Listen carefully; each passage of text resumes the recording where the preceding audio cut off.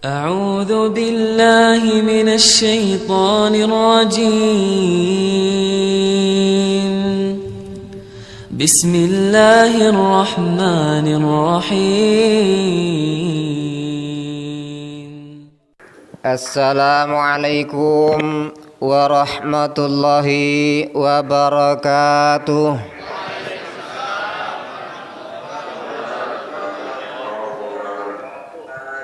Alhamdulillahilladzi anzalal Qur'an hudan linnasi wa bayyinatin minal huda wal furqan.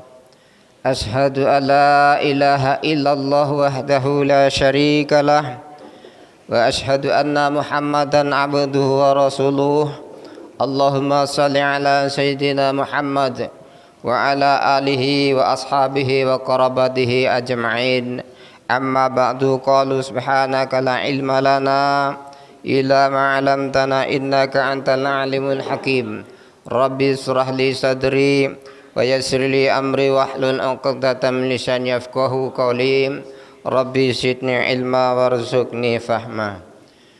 Hadratal mukarramin wal muhtaramin, para alim yang saya muliakan, bapak-bapak, para guru-guru kami, Bapak Haji, Ibu Hajah,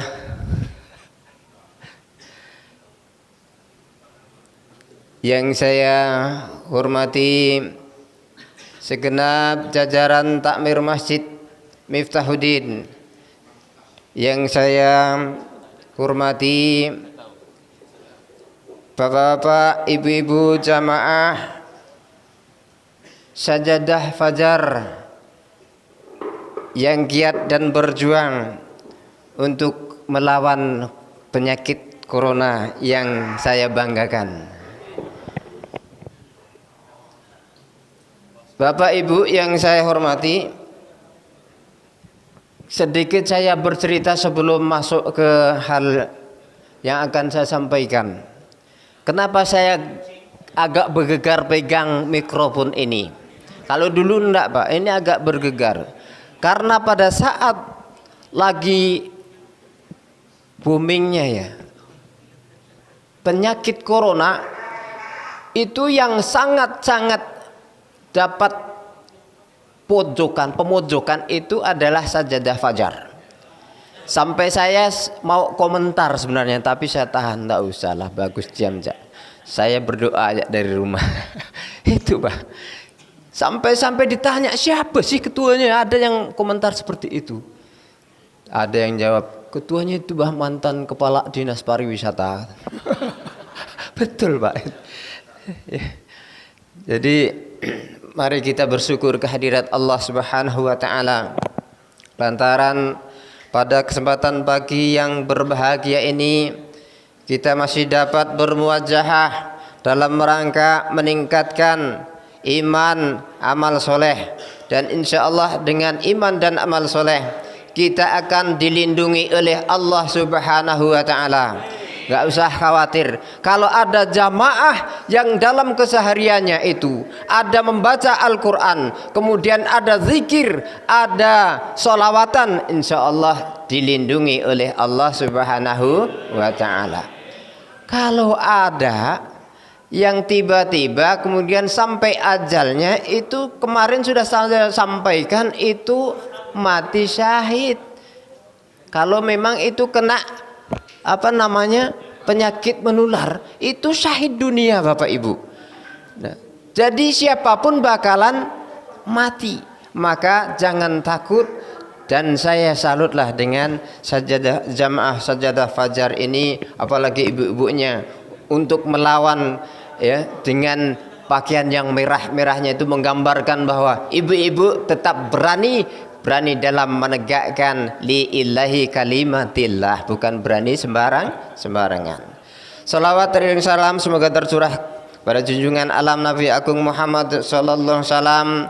Mudah-mudahan kita semuanya mendapatkan syafaat dari baginda Rasul fid dunya wal akhirah. Allahumma shalli ala sayyidina Muhammad. Bapak Ibu hadirin yang saya hormati, kalau kita ini pagi-pagi bangun tidur tidak ada niatan untuk berbuat jahat, tidak ada niatan untuk menzalimi orang, itu oleh Allah Subhanahu wa taala akan diganjar dengan pahala yang besar. Di antaranya ganjarannya adalah bagaikan orang yang memperoleh pahala haji mabrur. Dan saya yakin ketika kita bangun tidur semuanya insya Allah baik-baik saja, tidak ada niatan untuk berbuat zalim maupun menzalimi orang. Bapak Ibu hadirin yang dirahmati oleh Allah Subhanahu wa taala, Allah Subhanahu wa taala nyatakan di dalam surah kedua ayatnya 277. A'udzubillahi minasyaitonirrajim. Bismillahirrahmanirrahim. Innalladzina amanu wa 'amilus shalihat wa aqimus shalah wa atuz zakah lahum ajruhum inda rabbihim wala khaufun walahum wala yahzanun. Jadi di sini untuk menghilangkan rasa takut itu pertama innalladzina amanu. Bahkan ayat ini diawali dengan harfu tauhid, artinya kesungguhan Allah Subhanahu wa taala untuk menjamin kepada orang-orang yang beriman itu benar-benar innalladzina amanu, yaitu sesungguhnya orang-orang yang beriman, wa amilus shalihat, dan orang-orang yang berbuat kebajikan atau beramal soleh wasolihah, insyaallah dilindungi oleh Allah Subhanahu wa taala. Yang ketiganya wa aqamus shalah, dan mendirikan salat. Insya Allah kalau orang yang sudah tegak sholatnya, baik itu sholat fardunya ditambah sholat sunatnya dikerjakan dengan baik, Allah Subhanahu wa taala akan menghindarkan dari rasa takut dan tidak akan merasakan kesedihan hatinya. Kemudian yang keempat ini di ayat ini baru wa atuz zakah, ya, tunaikan zakat. Maka pada pagi hari ini ada ya yang dilingkan infak itu bagian dari, termasuk bagian dari menghindarkan rasa takut dan menghindarkan rasa sedih hati walaupun tidak seberapa yang kita berikan. Kemudian di sisi Allah kita akan mereka itu akan memperoleh ganjaran dari Allah Subhanahu wa taala, akan memperoleh pahala dari Allah Subhanahu wa taala. Lahum ajruhum inda rabbihim. Di sisi mereka itu ya ada pahala yang besar dari Allah Subhanahu wa taala, maka kita tidak ada rasa takut dan tidak ada rasa bersedih hati. Bapak Ibu hadirin yang saya hormati, katanya tadi ada yang dari Makassar ya. Langsung live Pak ya. Agak gede Pak Makassar. Alhamdulillah. Yang dari Jawa pripun kabare? Pripun kabaripun? Dari Kucing, how are you? Jakarta, ya, apa kabarnya? Ya. Bapak Ibu hadirin yang saya hormati, ya. Jadi saking ngerasa bangganya saya dengan sajadah fajar, ada kesempatan ingat saya sudah ketiga kali. Dulu Pak cerita dulu sedikit. Ketika ada permadani fajar, saya itu pertama, kedua, dan ketiga. Setelah ketiganya enggak lagi Pak. Tapi enggak tahu apakah di sajadah fajar ini saya ini udah ketiga nanti enggak lagi, enggak tahu saya. Nah, tapi mudah-mudahan kalau dengan guru-guru saya itu yang luar biasa ini selalu memberikan kesempatan buat saya untuk belajar. Sesungguhnya saya di sini bukan memberikan materi, tetapi saya ini diajari untuk bagaimana cara berbicara di depan jamaah ini. Ini saya yakin seperti itu. Bapak Ibu, mari kita simak. Saya ada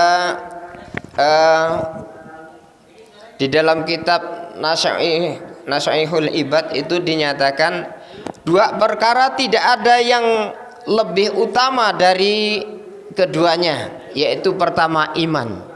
Jadi iman ini diantaranya nggak ada yang lebih. Ketika kita ditakdirkan oleh Allah Subhanahu wa taala menjadi orang yang beriman, berarti orang inilah yang akan memperoleh kasih sayangnya Allah Subhanahu wa taala. Nah, kemudian yang kedua ya. Yang kedua,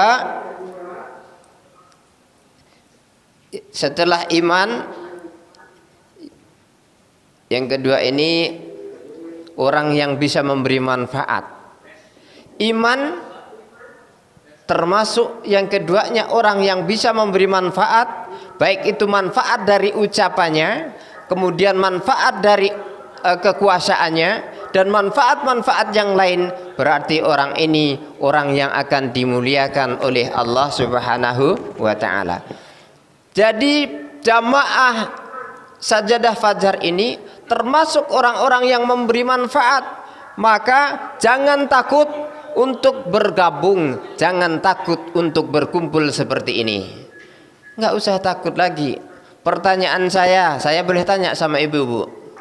Bu, ibu ketika terjadi pandemi corona kemarin ada yang ke pasar enggak?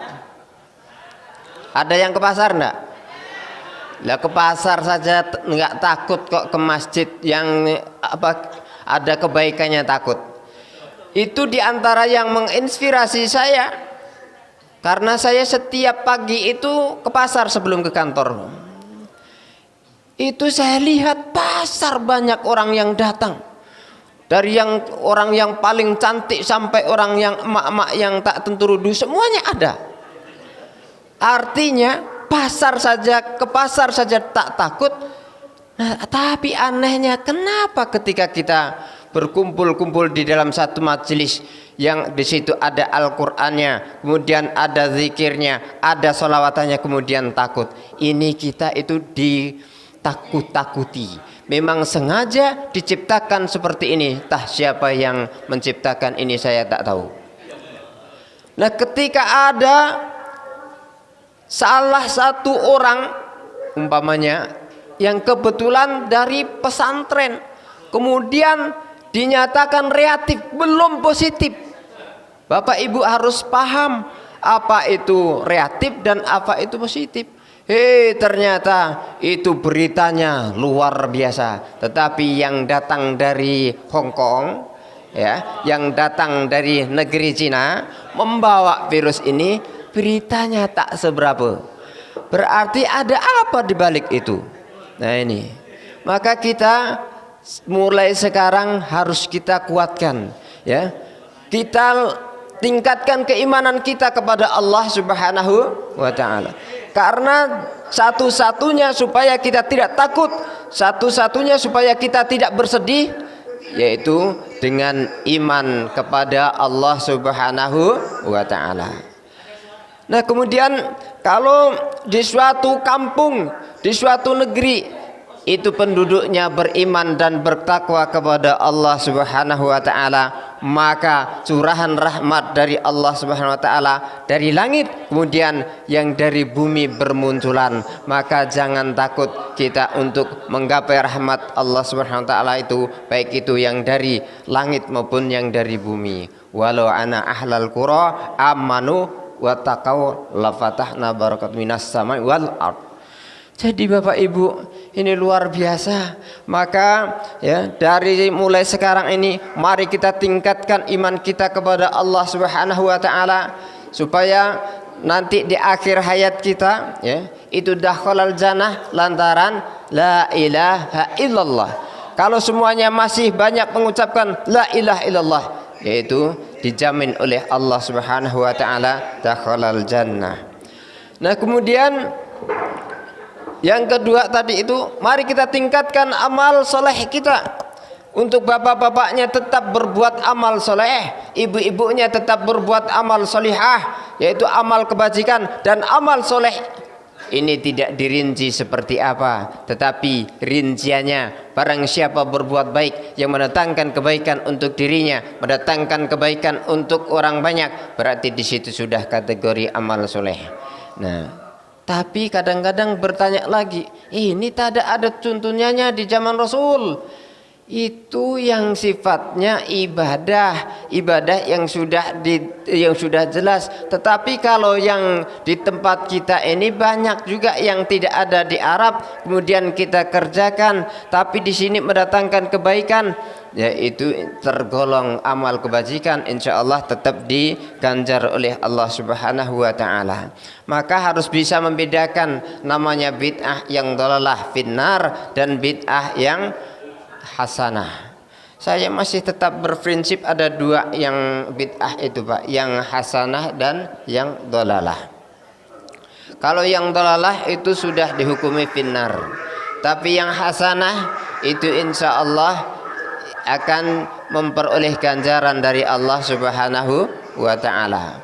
Maka di Indonesia itu banyak memang kearifan syariat yang di zaman Nabi dulu mungkin belum dikerjakan karena berbeda kultur. Maka di Indonesia kadang-kadang muncullah ya yang saya beri namanya kearifan syariat.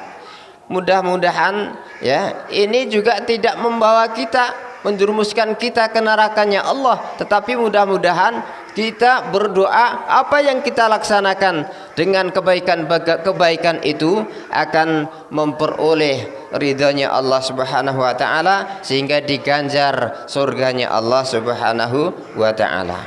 Nah, kemudian Bapak Ibu yang saya hormati, di makalah berikutnya ya disebutkan oleh Allah Subhanahu wa Ta'ala tadi itu ya, setelah kita beramal soleh, dilanjutkan lagi, diperkuat lagi dengan solat kita ya. Dengan solat kita harus kita perkuat, baik solat yang wajib maupun solat yang sunatnya, karena solat ini sesungguhnya dapat mencegah dari perbuatan keji wal munkar. Inna solata ya, tanha anil fahsyai wal munkar.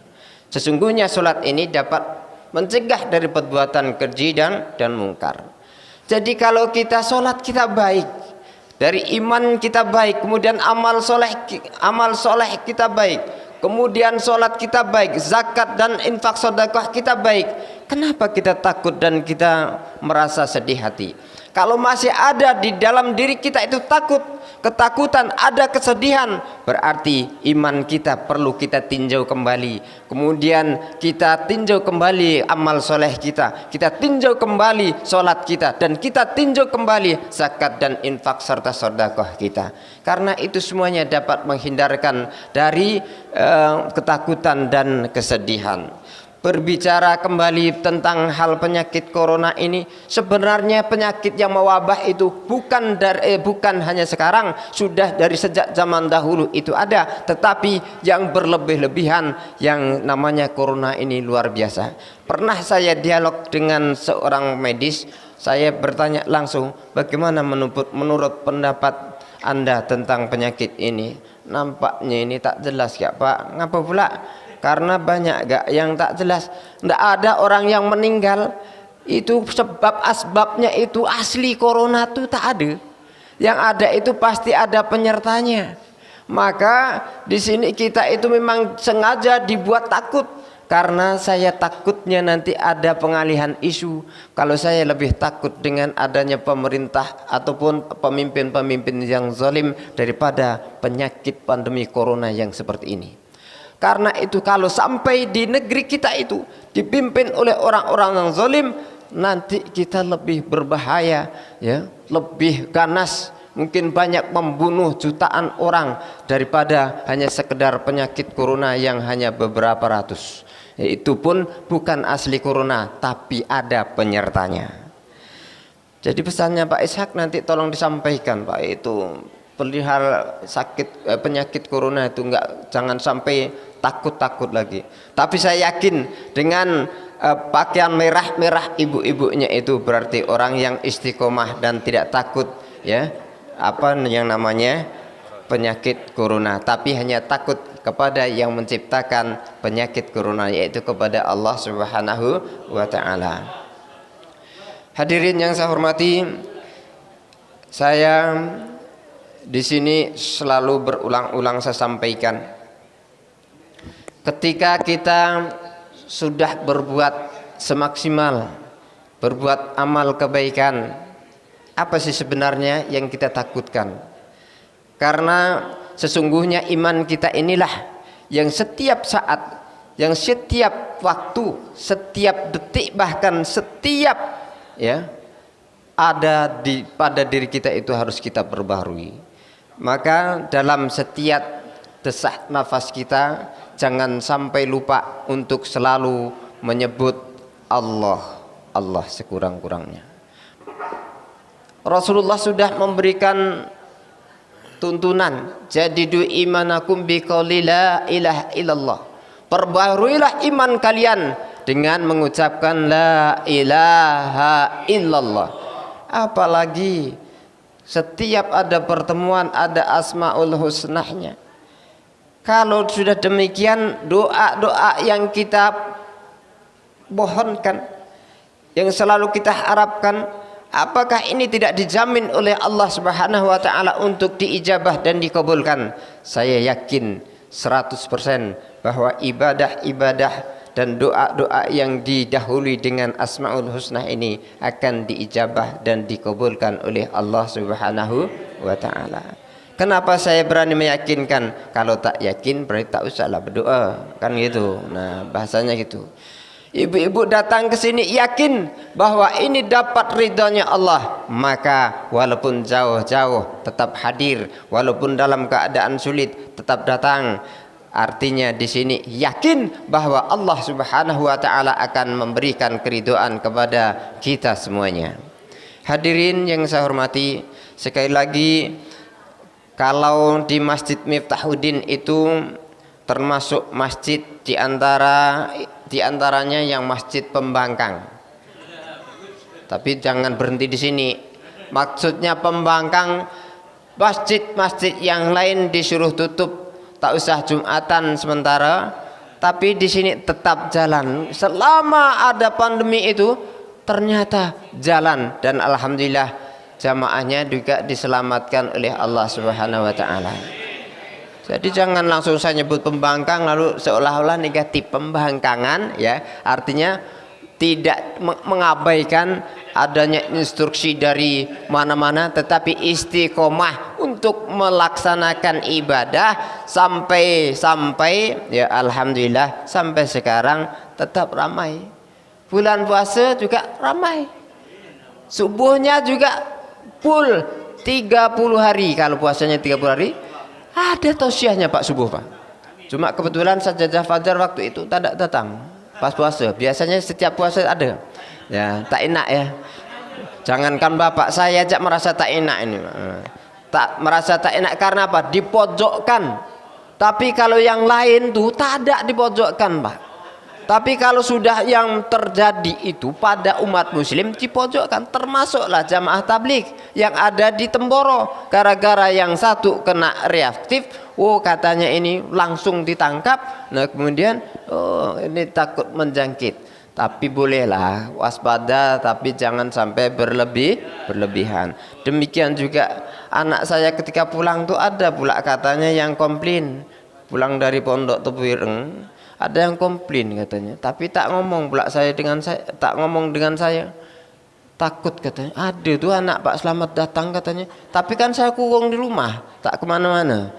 Nah, tapi yang komplain itu tak datang dengan saya. Kalau sudah sampai lolos ke rumah berarti di bandara itu sudah nggak ada masalah. Jadi jangan takut ini, Bapak Ibu jangan berlebih-lebihan. Jadi untuk menyikapi hal ini, mari kita tingkatkan keimanan kita, kita tingkatkan amal soleh, amal solehah kita, kemudian kita tingkatkan amal-amal ibadah solat kita, kemudian kita tingkatkan kita tingkatkan zakat, infak dan sedekah kita. Inilah yang kira-kira dapat saya sampaikan pada kesempatan bagi yang berbahagia ini. Karena saya belajar, kalau orang belajar tak boleh lama-lama, nanti takut pula semakin tak paham. Maka saya bukan menyampaikan, tapi intinya di antara syaratnya silaturahmi itu ya, ibu-ibu, di antara syarat silaturahmi ya, syarat ukhuwah itu adalah saling bertausiah. Itu syarat, Bu.